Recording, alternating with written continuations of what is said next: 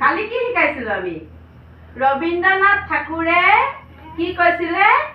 গুৰ মাৰিলে ধূলি উৰে শস্য নগজে এতিয়া সক্ৰেটিছে কি কৈছিলে সক্ৰেটিছে কি কৈছিলে এডাল মমবাতিয়ে পোহৰ দিয়ে নিজে জ্বলি আনকো পোহৰ দিয়ে কি কৈছিলে সক্ৰেটিছে কৈছিলে যে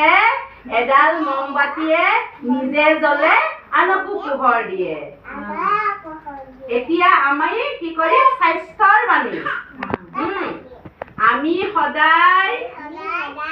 হাত মুখ পৰিষ্কাৰকৈ ধুব লাগে সদায় নখ চুলি কাটিব লাগে হয়নে নহয় আৰু ফল মূল ধুই খাব লাগে আৰু সদায় খোৱা বস্তু ঢাকি থব লাগে এতিয়া তোমালোকে এজন এজনকে নিজৰ নিজৰ নামকেইটা ক'ব লাগিব দেই এতিয়া আহা মেঘা আহা তোমাৰ নাম কি কোৱা তোমাৰ গাঁওখনৰ নাম কি দাৰিগজি তোমাৰ কেন্দ্ৰটোৰ নাম কি স্কুলৰ নাম কি কেন্দ্ৰ তোমাৰ মাৰ নাম কোৱা মমী বৰাক আৰু দেউতাৰ নাম বাবা চাপৰি বজা এতিয়া পাহি আহা তোমাৰ নাম কি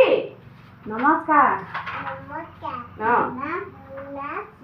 ক'ব নালাগে নিজে ক'ব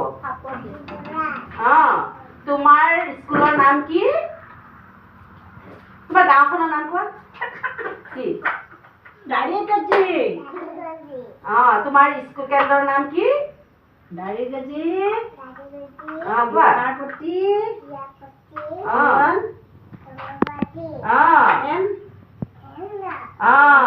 তোমাৰ মাৰ নাম কি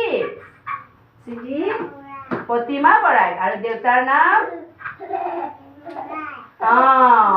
সবাই চাপৰি বজোৱা